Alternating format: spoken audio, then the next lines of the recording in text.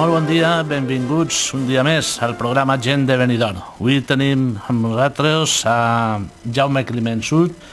Molta gent el coneix com a Jaume el de la Era, per allò de l'hotel, de l'empresa que ell va crear, i que avui va aportar-nos alguna més referit a la història de Benidorm i també en la vessant de l'hostaleria, del turisme.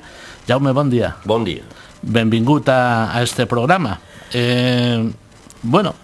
Jaume, crec que enguany complís 80 anys, no?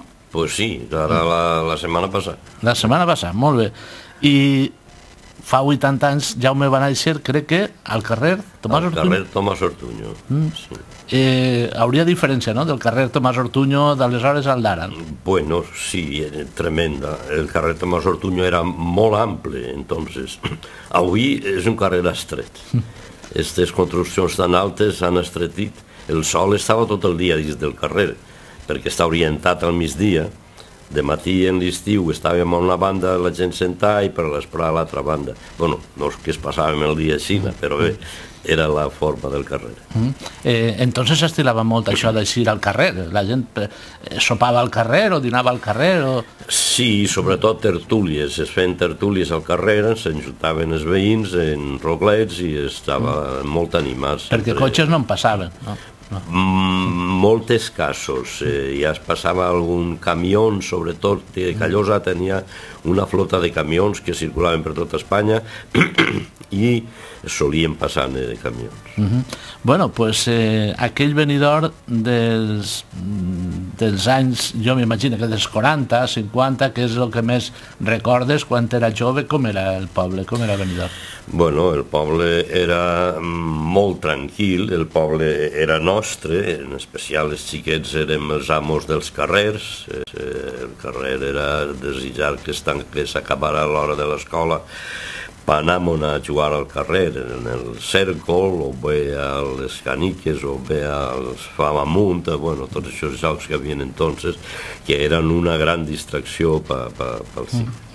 Perquè, avui en dia tot el món sap que a Benidorm hi ha molta distracció, moltes coses, però la platja ja existia. Imagina que a l'estiu, sobretot els xiquets, també anàveu a la platja a jugar, a banyar-vos. La platja estava dominada també per nosaltres. Els primers veranejants que acudien, bé, però hi havia alguns toldos, molt poquets. Nosaltres teníem una especialitat, i és que els professors, ja que les escoles estaven on ha estat l'Ajuntament últimament, al Torrejó. Nosaltres, els mestres en l'estiu muntàvem un toldo, que tots els xiquets col·laboraven, i fèiem una sombra en palos i palmes de palmera, i els mestres i els xiquets estàvem allí. Perdona. Vale, ara sí m'hi afina la veu, perquè és que arrastra un poquet de constipat i tot això, estàvem parlant d'això, que els xiquets anàveu a la platja a jugar i després d'això l'altra festa era la festa major, diguem, la festa del poble, que aleshores també variava molt respecte a l'actual, no? Sí, totalment. La festa era algo molt desitjat per part de tot el poble. La festa es desenvolupava en l'Alameda i l'església, que és el centre principal i el motiu per als patrons, però després de la missa havia a l'Alameda un concert. Es feia un concert que normalment era Pepe Fuster, el mestre de la música. Sí, i allí a escoltar la música en el concert, per l'esprà ja havia orquestra per ballar, i tots en la il·lusió del ballet i d'arrimar-se a les xiques i aquelles coses que entonces no eren tan fàcils com ara. Una cosa també, jo això també ho he conegut, el tema de que les festes ara han canviat molt, les penyes, els xicons se posen el mono de festes i això passa. Aleshores era la il·lusió de comprar-se el traje, l'abric, el tal, per a la festa, per a lluir-lo, no? Molt diferent. Era inevitable. El vestíem en traje tots. De ben jovenets, inclús en pantaló curt, també hi ha hagut trajes en pantaló curt. O sigui que la festa era dia d'honor, era el dia de la festa, i s'anava molt ben vestit. I bueno, les processons també per la vesprà era el punt culminant, també un poc, no? No cap duda, les processons eren tan sèries com avui, però que eren molt nostres i que no estava tota aquesta voltant de gent expectant allí mirant la processó, i la processó estaven tots dins de la processó. Estem ara també en època de Setmana Santa i calia recordar un poc com era la Setmana Santa dels anys 40-50, perquè després han vengut la primera cofradia del Nazareno, però això ja ve posterior. Què se feia aleshores? Sí, bueno, la Setmana Santa vista des del punt d'església era molt respetar, de molt sentiment, era pensar en el moment i estava per damunt de tot, també la immensa majoria dels jovens anàvem a la iglesia i comulgàvem i tot el tema. Bueno, Jaume, jo vull parlar de turisme perquè tu has sigut un dels empresaris de turisme. Quins hotels, quins establiments recordes dels anys 40-50, dels pioners, diguem, del turisme en Benidorm? Pues els pioners no cap duda que ha sigut el Bilbaíno i després el Marconi. Hi havia una o dos pensions, la Mallora, i els primers turistes normalment eren veranejants, que es diem, la paraula turisme no es coneixia, venien de Madrid principalment. Lo dels alcoians, que no cap duda que hi ha que recordar-los, també baixaven, però principalment ells baixaven en la idea de fer-se el xalet, tenien els seus xalets i venien els seus xalets, aunque alguns vingueren a hotels, però principalment els xalets. Què passa? Pues que es produeix l'overbooking, passen ja el 44-45 per ahí i es produeix l'overbooking i què fem? Els turistes estaven ahí, els veranejants estaven ahí, pues es dirigien a cases particulars. Vostè m'alquilaria una habitació en dret a cuina, o si a casa alguns sabien que diuen no, en dret a cuina no, vostès a l'hora de dinar mos diuen a quina hora dinen, i venim i dinem amb vostès, i mos ho cobren tot junt, i ja d'alguna forma feien el que diríem la pensió completa, i això es va produir en bastantes cases, que normalment la gent al donar-se compte que això anava ocorrint, el que sí que es va fer és construir lo que entonces hasta ese momento encara no existia, eren els quartos de bany en la dutxa, i claro, per això havia que tindre aigua i no havia aigua potable. Pues s'inventa un tanque damunt de la teulada o de la terrassa de 200, més o menys 200 litros, un motoret que de la cisterna pujava aigua al tanque i a funcionar això, desaigua un pou seco. No havia cantarillat. Claro, jo recorde que conten que una abueleta entra al cuarto d'aseo i veu la dutxa, es queda mirant aquell artefacto i diu, avui este artefacto l'aportamos algo ruïn. Algo tan desconegut per aquella dona, pues claro. Sí, bé, i a partir d'ahí venien els veranejants, però van passar coses curioses, com per exemple molts que repetien i venien a la mateixa casa perquè ja després es feien amics i tal. Arriba un moment que diuen, pues per què no veniu a Madrid? I s'han endut algunes famílies a Madrid a estar una setmana allí. Claro, quan han tornat a l'estiu vinent, a l'hora de pagar els de la casa han dit, però com aneu a pagar si ja som una família? No pagueu. I alguns han estat gratis perquè es convertien en l'amistat per família. Bé, aquest és el principi, diríem, després venen hotels que puga recordar com el Victòria. I comencen hotels, les Dunes, penso que va ser dels primers, el Victòria, la Mallora, no en el racó on està ara, en un edifici alquilat a la vora d'on està Coblanca. I, bueno, ja es comença, ja entrem en la dècada de 50 i els veranejants passen a ser turistes, apareix la primera sueca un poquet atrevida de traje de bany, un traje de bany que ja no era tan complet com el que s'ací gastava, estava fet en 2 peces, Bueno, no sé, no anem a contar sí, l'anècdota. Bueno, l'anècdota és molt conegut. De la Vespa de Pere Saragossa és coneguda, no? Sí, però en fi, ja s'havia donat... Bueno, és que, clar, està allò de que l'Església també és tan exagerat, l'obisbe pareix que va intervindre, no, de ninguna manera. Aquest traje de bany per dins del poble, no. Entonces el Pere Saragossa va prohibir que no entraren al poble, que estiguin en la platja. Però quan una turista va voler passar a prendre's una Coca-Cola al baixir de la platja, el guàrdia la va parar. Bueno, ¿qué pasa? No, que la traje de baño tiene que ser de una sola pieza. Digo, entonces, ¿cuál me quito? Bueno, això és molt conegut, però fi, que vaig conèixer, algú no ho sabia. Bueno, pues, inclús conten també que ja aleshores existia el pícnic, aquella gent que se'n volia passar el dia a la platja i que a lo millor algú s'oferia a portar-li el dinar allí a la platja. Bé, sí, va haver algun hoteler que es va oferir a portar-li el pícnic a la platja i en bicicleta s'arrimava a la platja i portava els pícnics a algunes persones que, perquè no anaren a nos molestar a l'hotel, que passaven el dia en la platja. Sí, es va arribar així. O sigui que tot el que n'hi ara es va inventar ja fa molts anys. Es va inventar, sí. Bé, doncs també... I l'era? En quin any? L'era s'inicia en el 61.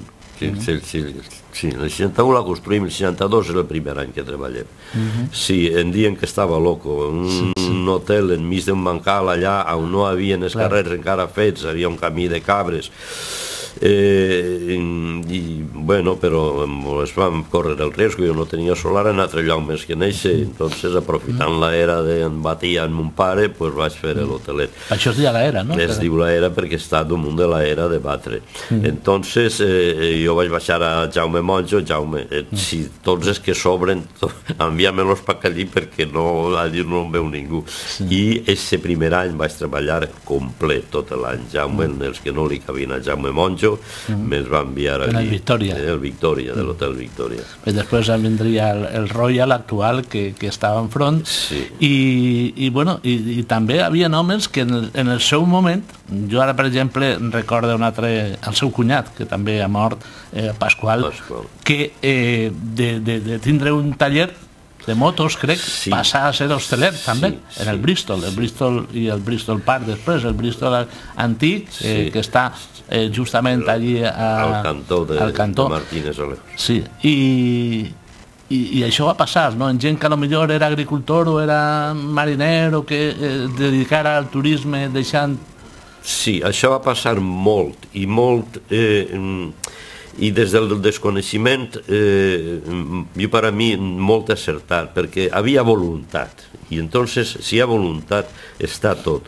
Jo recordo clients que eixien del comedor i dien, Jaime, esto del servicio, la verdad es que se nota que son chicas que no lo han hecho nunca, pero solo con la simpatía y la amabilidad que tienen se lo ganan todo.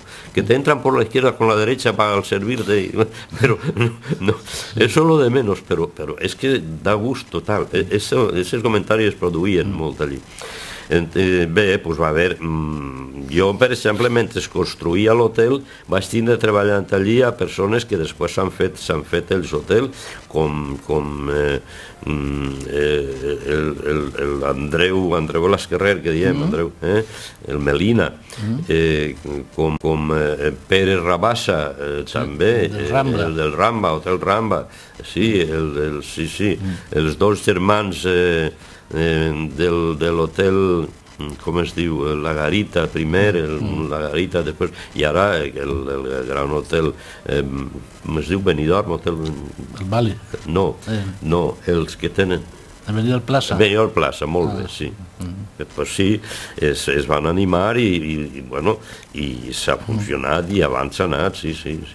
Bé, doncs Benidorm ha anat avançant, inclús en el seu moment gent d'altres pobles, de la Manxa sobretot, xiques que se'n venien a treballar, allò seria una època posterior, però que en el seu moment va ser un generador d'ocupació, no? Pues sí, perquè a més no era fàcil, no és que venien, és que anàvem a buscar-les. Anàvem als pobles de la Manxa o als pobles d'Andalusia, anàvem pels pobles a buscar-les i en algunes famílies notàvem una desconfiança, quan dient mi hija sola allí, no, su hija no va a estar sola, además, entonces los hoteles tenían habitación para el personal, y su hija va a estar con nosotros y va a estar casi en plan familia y tal.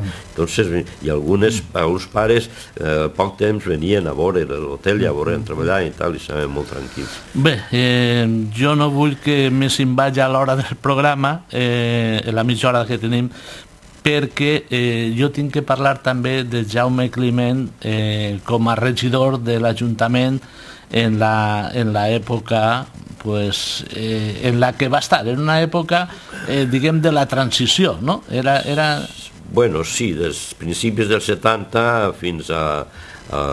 eren 6 anys la legislatura. Y claro, a principios del 70 hasta, pues no sé, vamos a allargar perquè mor Franco en el 75 i després, mentre es monta el tinglao del govern, vam estar un parell d'anys més aguantant i a més coincidint en el problema de la carestia de l'àvia. Va ser una època, diguem que fotuda, no? Sobretot ja fins a arribar a l'època de Rafael Ferrer. Jo recordo l'època aquella dels barcos descarregant aigua perquè no havia aigua. Imagina que es patiria molt, no? Es va patir, es va luchar molt, es va aconseguir resoldre o mantindre el problema perquè a part dels barcos, en molts hotels es van fer perforacions i es va traure àvia, esta àvia que s'han tingut en les sènies tota la vida, que té un ligero sabor a salmaia, però no és que la bevia ni molt menys, però per lo menos a falta de... i es mesclava en l'àvia potable, mesclàvem esta i anàvem afegint. I els camions també aportant àvia als hotels perquè no en faltara, hasta de pous i de la mar, dels barcos de la marina, perquè a part del barco que servia directament al depòsit allà dalt, estaven 2 barcos també de l'exèrcit que ens duien avui i en el moll carregaven camions per repartir-les pels hotels. Hi havia 2 camions que eren de la marina també, que aquests la repartien pel poble. Gratuïtament, duien àvia, esperaven en els carrers i la gent acudia a omplir baldes i recipients per tindre àvia. Tenim que recordar, per a la gent més jove que no ha conegut, que se va tindre que posar per dins de l'aigüera, lògicament no estava l'edifici on estem ara, una tuberia que anava a parar dins a la mar i allí era on descarregaven el barco l'aigua per anar al depòsit. I sí, el barco la impulsava fins a la platja hi havia una bomba que la impulsava als depòsits que estan dalt a l'estació. A la part de dalt, d'allí ja passava per depuradora i l'àvia venia a depurar. I tot i que va ser una època molt complicada, molt difícil, aleshores també se van iniciar obres com la depuradora, perquè clar, un altre dels problemes és que què feien en Benidorm? No podien tirar l'aigua bruta a la platja, a la mar. La depuradora i tot allò, crec que va coincidir en l'època de vosaltres, per almenys l'inici. Sí, l'inici el vam fer nosaltres. I pràcticament es va acabar, però ja es va inaugurar en la nova alcaldia, posterior ja en la democràcia. També algun institut, no? Es va fer lo dels instituts, van fer els vials i es va fer els instituts. A l'institut va haver el problemilla de que en Benidorm estaven 12.000 habitants de censo i no havia lloc a institut. Però vam agarrar a Mario Gaviria que fera un estudi en modo d'agravi comparatiu i ens va dir que el consum de l'àvia, del pa, de totes les coses que aquests homes fan per nivellar, per calcular l'hàbitat d'un poble, i això en l'hivern, i es va demostrar que Benidorm estava en l'hivern equiparat a un poble de 60.000 habitants. Entonces, en aquest document es va anar al Ministeri i en els ministeris van aprovar que es feren els instituts. Es fan els instituts, també la iniciativa privada va fer el Col·legi Lope de Vega, Sí. I bueno, pues alguna anècdota, perquè Benidorm sempre està molt lligat al tema de promoció, és a dir, promocionar-se en l'estranger, des que Pere Saragossa va portar als lapons aquells perquè conegueren allò, per donar publicitat al festival. Què se feia entonces? Bueno, a més que el festival va ser molt important a nivell nacional, perquè el festival no era com ara que actua només en el dia. El festival estava pràcticament tot l'any en l'emissora nacional fent concursos i d'ahí quedaven finalistes per vindre al festival de Benidorm. Per tant, en la ràdio durant l'any estava anomenant-se el festival de Benidorm i allò sonava i Benidorm va sonar a base de molt a través del festival. Després, claro, també la idea de Pere, de primer va començar per el nord, duent allí uns cuiners o cuineres que feren paella en les places, anunciant a Benidorm i inclús regalant algunes estàncies en hotels de Benidorm si venien a conèixer-lo. I després el salt que va donar a Europa en els lapons i en especial també en aquestes rames de meler que s'enduia en febrer a posar-les per escamparates dels països europeus, on baix havia un lletrer que deia Benidorm hoy. I claro, aquells diuen, com Benidorm hoy, unes flors tan sutils i tan dèbils, això no és possible. I això va atraure molt també. Jo he sentit dir de l'anècdota, ara que parlem dels lapons, que clar, van vindre així de Lapònia en aquests abrics, en aquests pells que portaven, i crec que van tindre que posar-los... Era en ple agost, i clar, els homes es morien de calor dins d'aquesta roba, i entonces quan passaven per un hotel els entraven i es posaven a la càmera. La càmera frigorífica. El frigorífica per tornar-los en si, i després seguien a altra volta. Bueno, van haver moltes iniciatives, coses que se van fer. També crec que, tornant al tema de l'Àuia, és quan se comença a fer-lo dels pous de Beniardà. Sí, esta també va ser una gran sort de trobar esta Àuia en Beniardà. Jo recorde haver vist néixer el sol estant damunt de la paret del pantano. El pantano s'havia buidat, però com l'eixida del pantano estava a una altura superior al final perquè el drenatge, les terres i tot això no s'amuntonaren a la tuberia, pues quedava un gran charco d'aigua allí dins. Entonces vam arriar una bomba des de dalt en una grua hasta dins de l'aigua per bombejar la mica d'aigua que quedava per tirar-li al tubo que arribara a Benidorm. Sí, hasta aquest extrem es va arribar. Se van fer moltes coses, jo no sé si en alguna se faria mal, però segur que en els mitjans que n'havia se van fer més coses bé que mal, no? Home, jo coses fetes mal més bé no... Jo penso que fallem en una cosa, i és que hi ha un moment que el Sierra Helada, aquell parat, com era l'edifici de Sierra Helada? Sí, Ciutat Patricia. Ciutat Patricia. Bueno, Ciutat Patricia és avui. Abans era Sierra Helada, que era d'un club, el Club Sierra Helada. El Club Sierra Helada ve un moment que no funciona i es posa a la venda. La Caixa estava a punt d'acabar en allò, però es venia per 80 milions de pessetes. Clar, el pressupost de l'Ajuntament eren 300 milions de pessetes, i clar, 80 era molt...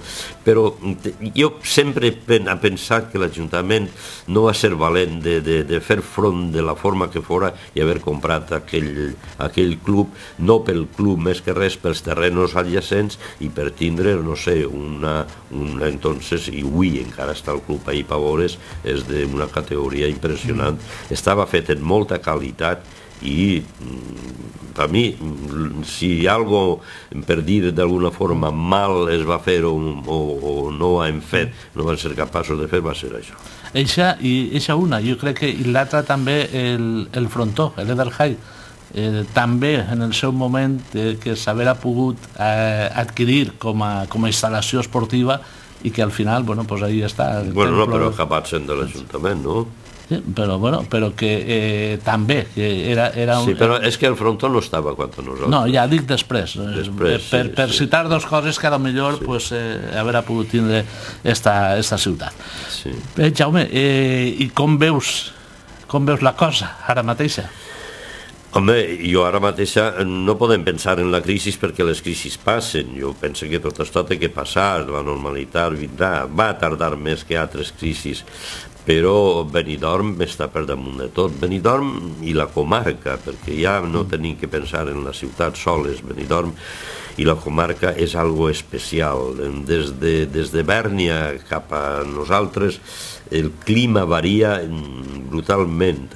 Si tu en Benissa i tens fred, te'n vens així i ha canviat totalment. Entonces, el lloc és privilegiat, per tant, jo penso que Benidorm mai pot fracassar. Benidorm està per damunt de tots. Perquè a Benidorm ha anat canviant, des que van començar els madrilenys, els alcoians, han vengut alemans en l'època primera, després els alemans pareix que venien menys, venien anglesos, però vull dir que el lloc està ahí i això ningú se'n pot llevar, no? Sí, jo...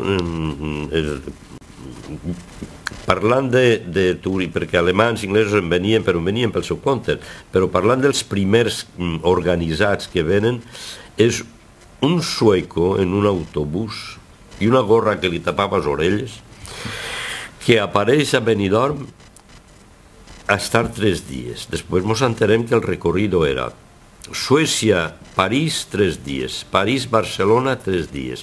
Barcelona, Benidorm, 3 dies. Benidorm, Sevilla, 3 dies. Sevilla, Madrid, 3 dies i de volta de Madrid a Suècia.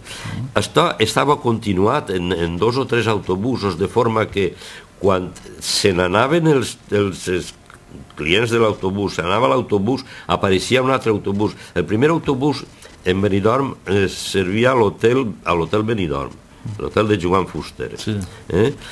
I després recorde que em pareix ser que no tenia prou places i jo vaig tindre part dels clients suecos estos que venien en l'autobús continuat. Bé, esta podria ser per mi la primera, perquè això és en el 57.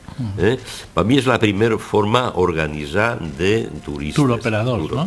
Sí, que entonces no havia nascut la paraula turoperador, però era la forma, diguem, organitzada de turisme. Venien molts francesos, però estos venien en pla particular. El turoperador apareix ja a finals dels 50 també, però no en el sentit, jo penso tampoc que podríem dir turoperadors, eren viatges organitzats, perquè Ultramar Express apareix a finals de la dècada dels 50 i la gent venien d'Inglaterra a València, puesto que no teníem l'aeroport encara en Alacant. I què passava? Que de València tenien que anar els taxistes, perquè tampoc venia un avió ple, venien en vols regulars, 2, 3 famílies, 4, a voltes anaven 3, 4 o 5 taxis i els portaven. Entonces se solien queixar-se un poc del viatge, perquè si de Londres a València havien tardat 3 hores, 3 hores de València a Benidorm els semblava molt llarg, però una volta que havien estat en Benidorm ja no els importava la distància, els encantava, i a mesura que se n'anaven venint de més, perquè de boca a boca es feia molt la propaganda, entonces, sí. Bueno, Jaume, arribem a la mitja hora del programa. Jo no sé si s'hi ha fet llarg o curt. Jo penso que s'ha fet curt, perquè haurien moltes coses a contar del nostre poble, però bueno, ja anirem contant. Anirem contant-ho entre tots, anirem fent la història de Benidorm a través de la gent de Benidorm. Jaume, gràcies per haver vingut. I bueno, pues esperem que Benidorm continuï sent Benidorm per molt temps. Jo penso que sí, Benidorm sempre serà Benidorm. Gràcies.